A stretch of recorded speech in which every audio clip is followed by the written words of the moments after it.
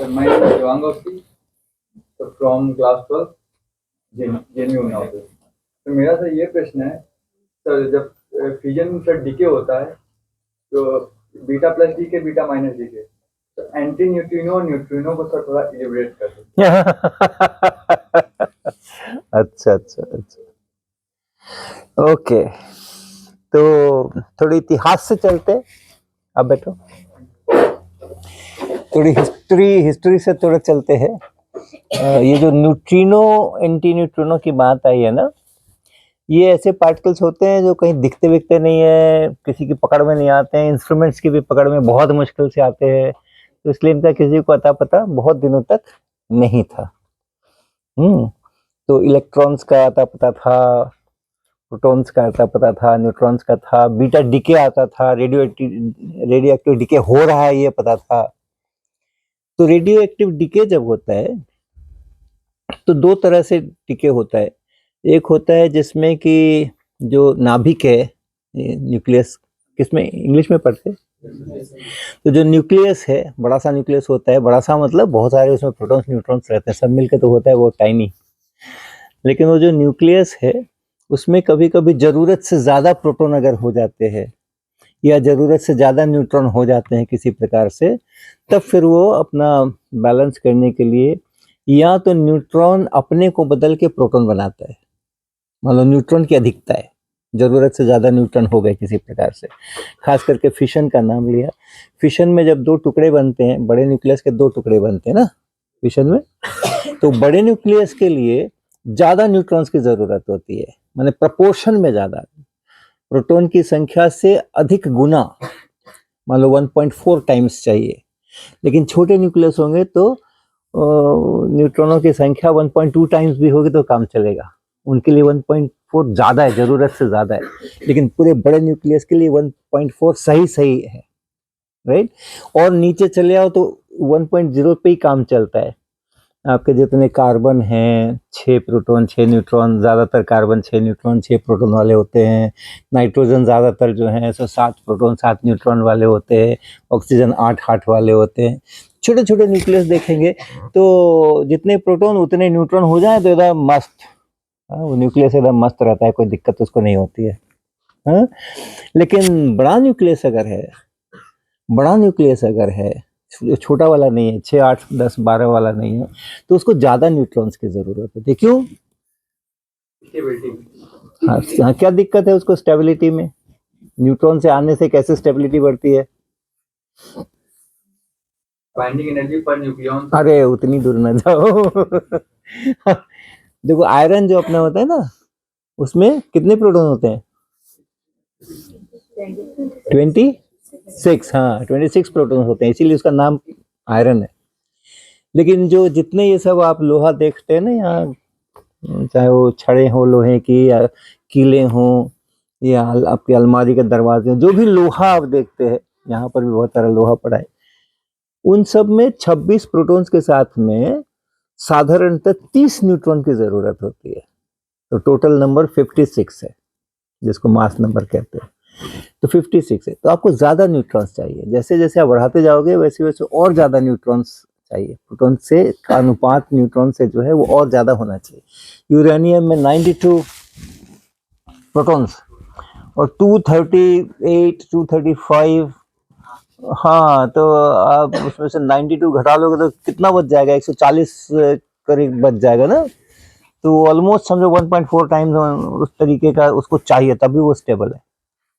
वो इसलिए उसको जरूरत है कि न्यूक्लियस के अंदर में जो प्रोटॉन्स हैं वो एक दूसरे को रिपेल करते हैं, करेंगे ना। पॉजिटिव चार्ज है, हाँ, पॉजिटिव चार्ज है तो रिपेल करते हैं। और अट्रैक्शन भी होता है, प्रोटॉन्स में अट्रैक्शन भी होता है। अब पता नहीं फर्मी लेवल तो मुझे मालूम नहीं है कि किसको कहते हैं, बट प्रोटॉन्स का या प्रोटॉन्स न्यूट्रॉन का एक और अच्छा सा गुण है कि अगर उनके बीच की दूरी आप बहुत कम करें, कितनी कम करें? -15 मीटर, जिसको हम लोग कहते हैं 1 फेम्टोमीटर। तो 1 फेम्टोमीटर की जितनी दूरी कर दोगे तो ये जो रिपल्शन है, कूलम्ब रिपल्शन, चार्जेस के कारण से जो रिपल्शन है, दोनों पे पॉजिटिव चार्ज है तो रिपल्शन है, उसके साथ साथ एक एट्रैक्टिव फोर्स भी शुरू हो जाता है। और वो एट्रैक्टिव फोर्स अगर आप एक फेम्टोमीटर वगैरह तक ले आए हैं तो बहुत स्ट्रांग होता है, उसके रिपल्शन से भी ज्यादा स्ट्रांग होता है। लेकिन वो फेम्टोमीटर तक के साम्राज्य है उसका राज्य बहुत छोटा सा है। अगर आप फेम्टोमीटर से जहाँ 10 फेम्टोमीटर कर दिया आपने, 10⁻14 मीटर कर दिया, तो वो ऑलमोस्ट जला ही गया, जीरो ही हो गया। ओके, तो बहुत नजदीक नजदीक अगर होते हैं तब फिर वो अट्रैक्शन करते हैं, रिपल्शन करते हैं, लेकिन उससे ज्यादा अट्रैक्शन भी करते हैं, तो कुल मिला के अट्रैक्शन, इसीलिए स्टेबिलिटी आती है। अब जब बड़ा न्यूक्लियस होता है तो एक न्यूक्लियस से दूसरे न्यूक्लियस की जो औसत दूरी है वो बढ़ जाती है ना, इससे उसकी दूरी, उससे उसकी दूरी दूर दूर है काफी, नजदीक नजदीक वाले भी हैं लेकिन दूर दूर वाले भी हैं। अगर छोटा न्यूक्लियस है तो सब नजदीक ही नजदीक वाले हैं, तो इसलिए वो अट्रैक्टिव फोर्स जो है वो काफी सारे पेयर्स के बीच में लग रहा है, तो पूरे को मिला के उसने ठीक रखा हुआ है। बड़ा न्यूक्लियस कर दिया तो यहाँ का जो प्रोटॉन है, यहाँ का जो प्रोटॉन है, रिपेल तो कर रहा है, अट्रैक्ट नहीं कर रहा है। यहाँ का रिपेल तो कर रहा है, अट्रैक्ट नहीं कर रहा है, केवल बहुत पास वालों को ही अट्रैक्ट कर रहा है। तो इसलिए स्टेबिलिटी में दिक्कत होती है। न्यूट्रॉन्स हम ढेर सारे डालते हैं तो ये प्रोटॉन प्रोटॉन के बीच में भी हम कोशिश करते हैं कि वो पेयर्स कम बने, न्यूट्रॉन्स जो होंगे बढ़ाओगे तो न्यूट्रॉन न्यूट्रॉन के साथ भी अट्रैक्शन करते हैं। कौन सा वाला? हाँ, वो वाला फेम्टोमीटर वाला। न्यूट्रॉन चार्ज नहीं है उनके ऊपर, रिपल्शन नहीं करते हैं, वो कूलम रिपल्शन नहीं होता, चार्ज नहीं है, लेकिन अट्रैक्शन होता है। कौन सा वाला? फेम्टोमीटर वाला, जिसको हम लोग न्यूक्लियर फोर्स कहते हैं। तो आप न्यूट्रॉन्स बढ़ाओगे तो आपने रिपल्शन को प्रभावित नहीं किया ज्यादा, वो जैसा था वैसा है, अट्रैक्शन बढ़ा दिए। हर न्यूट्रॉन अपने बगल वालों के साथ, जितने ज्यादा न्यूट्रॉन रखोगे उतने ज्यादा वो करेंगे। तो इस कारण से स्टेबिलिटी को लाने के लिए, कूलम रिपल्शन के कारण से चीजें टूट न जाएं, तो आपको अधिक न्यूट्रॉन्स की जरूरत है। और छोटा ही न्यूक्लियस है तो कोई बात नहीं, फिर तो प्रोटॉन प्रोटॉन्स भी बगल बगल में ही है। हाँ, कुछ तो चाहिए ही वहां पर भी, कुछ तो वहां पर भी चाहिए ही, लेकिन हाँ कम दिक्कत है तो कम ही न्यूट्रॉन्स में काम चलता है। ये हो गया। तो किसी कारण से जैसे फिशन हुआ, एक बड़ा सा न्यूक्लियस था, 1.4 का रेशियो चाहिए था न्यूट्रॉन बाई प्रोटॉन्स में, इतना बड़ा न्यूक्लियस था, इतने सारे न्यूट्रॉन चाहिए थे। सही है मामला। अब वो हो गए आधे आधे, अब वो हो गए छोटे, उससे छोटे हो गए। इनको 1.4 नहीं चाहिए, इनके लिए 1.4 ज्यादा है, जरूरत से ज्यादा है। हाँ, इनको 1.0 तो नहीं चाहिए, फिशन से जो होकर के आएंगे उनको कुछ 1.25 टाइप का रेशियो चाहिए होगा अभी भी, लेकिन 1.4 उनके लिए जरूरत से ज्यादा है, वो नहीं टिक सकते हैं, उतना भी नहीं चाहिए उनको। तब उसमें का वो जो फ्रैगमेंट बना, उसमें का एक न्यूट्रॉन अपने आप को प्रोटॉन में कन्वर्ट करता है।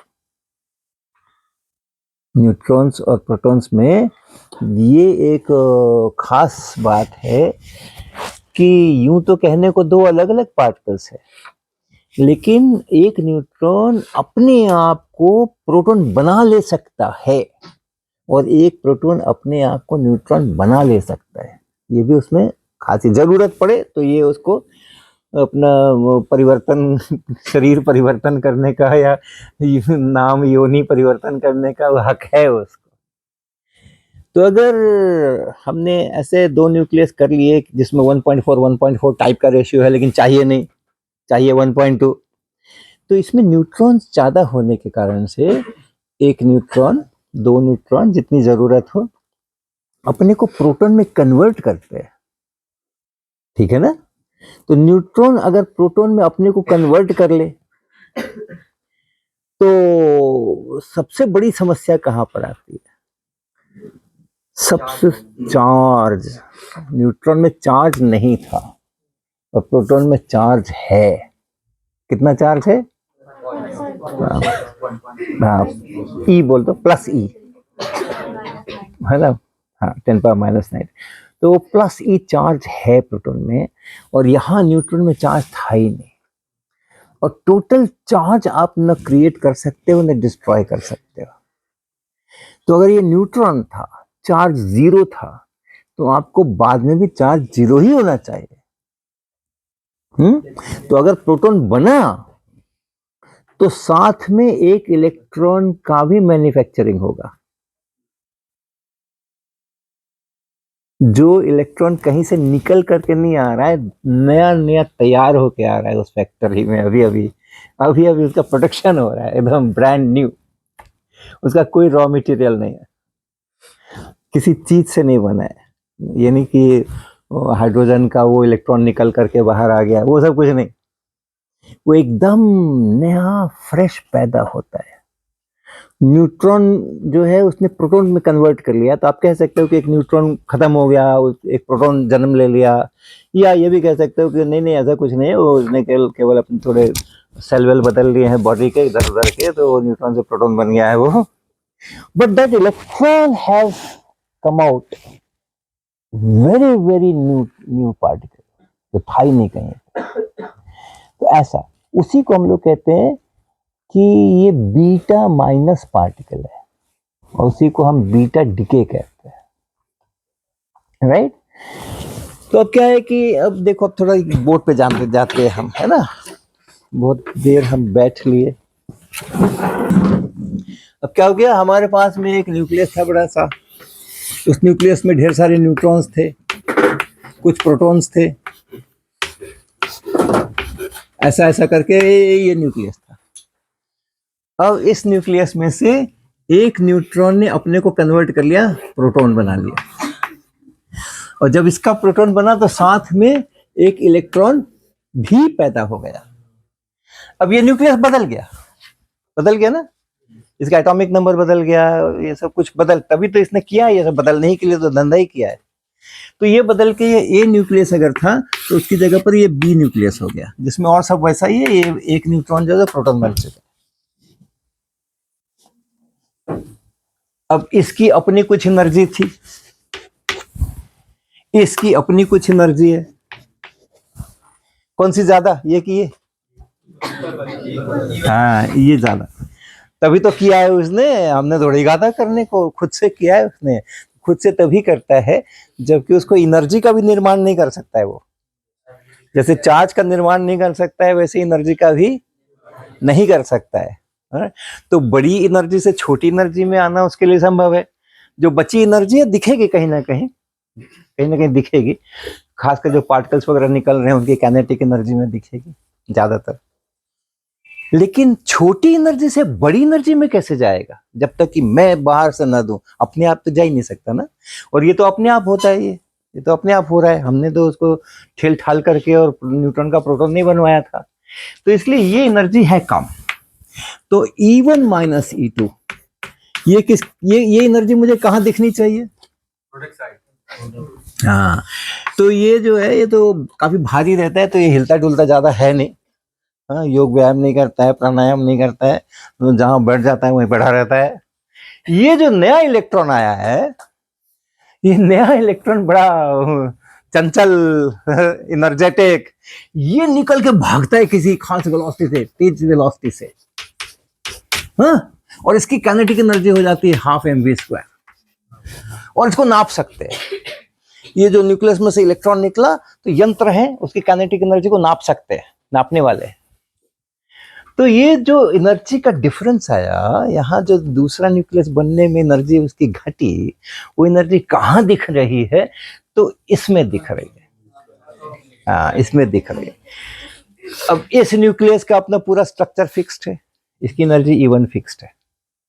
इस न्यूक्लियस की अपनी पूरी एनर्जी फिक्स्ड है, एक है नया न्यूक्लियस है तो है, उसकी अपनी एनर्जी फिक्स्ड है। तो ये हो गया फिक्स्ड। तो मुझे को इस प्रकार के अगर बहुत सारे न्यूक्लियस होंगे ही, एक एक न्यूक्लियस से थोड़ी कोई ऑब्जर्वेशन होता है, तो बहुत सारे न्यूक्लियस अगर 1 ग्राम, 1 मिलीग्राम, 1 माइक्रोग्राम भी आप सामान लोगे, उसमें कुछ रिएक्शंस कराओगे, तो ढेर सारे होंगे ना। तो उनमें आप करोगे प्रयोग, मान लो फिशन हो रहा है, तो उससे जो इलेक्ट्रॉन्स निकल रहे हैं, बीटा डिके हो रहा है, बीटा माइनस डिके, जो इलेक्ट्रॉन्स निकल रहे हैं, निकलते ही जा रहे हैं, 1 2 3 4 8 10 हजार 10,000 करोड़ 10 करोड़ अपना निकलते जाएंगे, जब तक वो चलता रहेगा तब, राइट। उन सबकी एनर्जी फिक्स्ड होनी चाहिए, इतनी होनी चाहिए। वो सारे इलेक्ट्रॉन जो निकल रहे हैं सभी इससे ही आए हैं, इसके ये बनने से ही आए हैं, और इसकी एनर्जी E1 पक्का है, इसकी एनर्जी E2 पक्का है।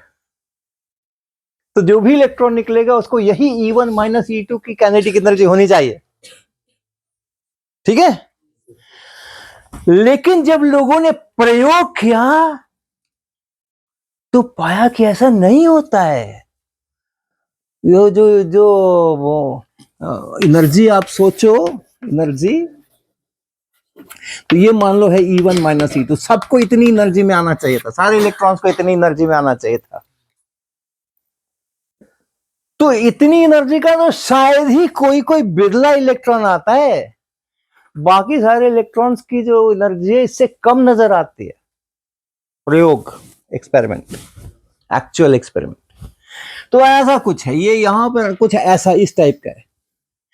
कोई कोई इलेक्ट्रॉन होंगे जिनकी एनर्जी इतनी नहीं, तो किसी की इतनी है, किसी की इतनी है, किसी बहुत सारों की इतनी है। इधर में कितने कितने इलेक्ट्रॉन्स आ रहे हैं वो दिखा रहे हैं, तो बहुत सारे की इतनी है, बहुत सारे इतनी है, बहुत सारे इतनी है, लेकिन कम, इससे ऊपर किसी की नहीं है, इससे ऊपर किसी की नहीं, होनी भी नहीं चाहिए। इससे ऊपर कैसे हो सकती है? E1 से E2 हुए, 50 से अगर 48 हुए तो दो ही तो अवेलेबल है ना, या 50 से 40 हुए तो 10 से ऊपर तो हो ही नहीं सकती। लेकिन 50 से 40 होने पे 8 क्यों हो रही है? किसी की 8 हो रही है, किसी की 6 हो रही है, किसी की 5 हो रही है। तो अगर अपने को पता है कि इसकी एनर्जी मान लो 50 यूनिट है, इसकी यूनिट अगर इसकी एनर्जी 40 यूनिट है, जिस भी यूनिट में काम करें हम, तो 10 यूनिट की ही एनर्जी सबकी होनी चाहिए थी। लेकिन जब प्रयोग करते हैं तो पता चलता है कि बहुतों की एनर्जी, बहुतों की 10 से कम है। और कितनी कम है वो अलग अलग, किसी की 10 की जगह 9.5, किसी की 9.25, किसी की 8.5, किसी की 8.25, किसी की 7, किसी की 5, किसी की 2, किसी की 4, सबके अलग अलग है। तो ये बहुत बड़ी समस्या थी एक समय में, कि ये क्या हो रहा है, पता ही नहीं चल रहा था, हो क्या रहा है, हो क्या रहा है, हो क्या रहा है, हो क्या रहा है। तो क्या समाधान आप सोच सकते हो इस पजल का? क्या आप सॉल्यूशन सोच सकते हो? कि मेरे पास एक न्यूक्लियस था, उसके मुझे पता है, पूरी अच्छी तरह पता है कि हर एक उस प्रकार का, उस उतने प्रोटॉन उतने न्यूट्रॉन्स वाले जो भी न्यूक्लियस बनेंगे उसकी एनर्जी मुझे पता है, मान लो 50 यूनिट है, और वो एक न्यूट्रॉन का प्रोटॉन बन गया तो दूसरा न्यूक्लियस हो गया, उसके भी मेरे पास सारी जानकारी है, उस न्यूक्लियस का भी सारा जन्म कुंडली अपने पास में, उसका भी खोल खाल के देख सकते हैं कि तुम्हारी कितनी एनर्जी है। पक्का उसकी एनर्जी 40 यूनिट है, और हमने देखा कि ये बदल करके ये बन गया, तो 10 यूनिट की एनर्जी मुझे मिलनी चाहिए थी। कहाँ मिलनी चाहिए थी? जो इलेक्ट्रॉन निकल रहा है उसमें मिलनी चाहिए थी, उसकी काइनेटिक एनर्जी में नहीं मिल रही है, और कभी इससे ऊपर तो बिल्कुल नहीं मिल रही है, और इससे कम में अलग अलग इलेक्ट्रॉन्स अलग अलग एनर्जी ले लेके, कोई इतना लेके आ, कोई 7 यूनिट लेके आ जाता है, कोई 4 यूनिट लेके आ जाता है, तो बाकी कहां गई? क्या सोल्यूशन हो सकता है? लाइट नहीं निकलती, बीटा डीके में लाइट नहीं निकलती। इंटरएटॉमिक डिस्टेंस के ऊपर हो सकता है। इंटर एटॉमिक तो है ही नहीं, यहाँ तो एक न्यूक्लियस की बात हो रही है, एक न्यूक्लियस की बात हो रही है, और न्यूक्लियस में जो ये इंटर पार्टिकल डिस्टेंसेस वो फिक्स्ड है, तभी तो उसका नाम ए है, या इसका नाम बी है, वो फिक्स्ड है, इसका नाम बी है, वो सब कुछ अंदर की रचना पूरी आइडेंटिकल है, तो इसलिए ये E1 है पक्का, ये E2 है पक्का। गामा गामा तो कौन करती है? इसमें गामा नहीं निकलती, इसमें ये बीटा डीके है, इसमें गामा नहीं निकलती, वो अलग होता है। हाँ, वो होता है, बीटा भी होता है। तो कोई तो है जो वो बची एनर्जी लेके चुपचाप भाग लिया है, किसी को पता नहीं चला है। 10 यूनिट में से मेरा इलेक्ट्रॉन अगर 7 यूनिट लेके ही बाहर निकल पाया है, तो कोई तो है जिसने 3 यूनिट की एनर्जी गायब की है, वो लेकर के गया है, राइट? तो इसमें तो कोई ज्यादा फिजिक्स की बात नहीं है ना। जब हम देख रहे हैं कि हम बैंक से निकालते हैं 70 रुपए निकालते हैं, घर में लाके देते हैं तो 40 रुपए देते हैं, तो किसी ने तो मेरे 30 रुपए कहीं ना कहीं तो मैंने खर्च किए होंगे, कोई ना कोई तो मुझसे लेके गया होगा, कुछ तो किया होगा, और घर वालों को पता नहीं चल रहा है कि कहाँ गया वो 30 रुपया, कहाँ गया वो 30 रुपया। लेकिन इतना तो पता है ना कि कोई ना कोई तो है, कोई ना कोई तो है जो ये लेके भागता है। कभी 10 रुपए लेके भाग जाता है, कभी 30 रुपए लेके भाग जाता है, कभी 40 रुपए लेके भाग जाता है। तो घर में जो पैसे आते हैं वो अगर 100 रुपए आने चाहिए थे तो कभी 70 आते हैं, कभी 80 आते हैं, कभी 85 आते हैं, 110 कभी नहीं आते, 110 कभी नहीं आते। तो इससे ऊपर कभी नहीं एनर्जी मिलती है, इसके नीचे तो घम हो जाता है। कोई तो लेके भाग रहा है। तब फिर हमारे पॉली महोदय केमिस्ट्री के विद्वान, उन्होंने इसका रास्ता यही सुझाया कि कोई तो लेके भाग रहा है जिसको हम पकड़ नहीं पा रहे।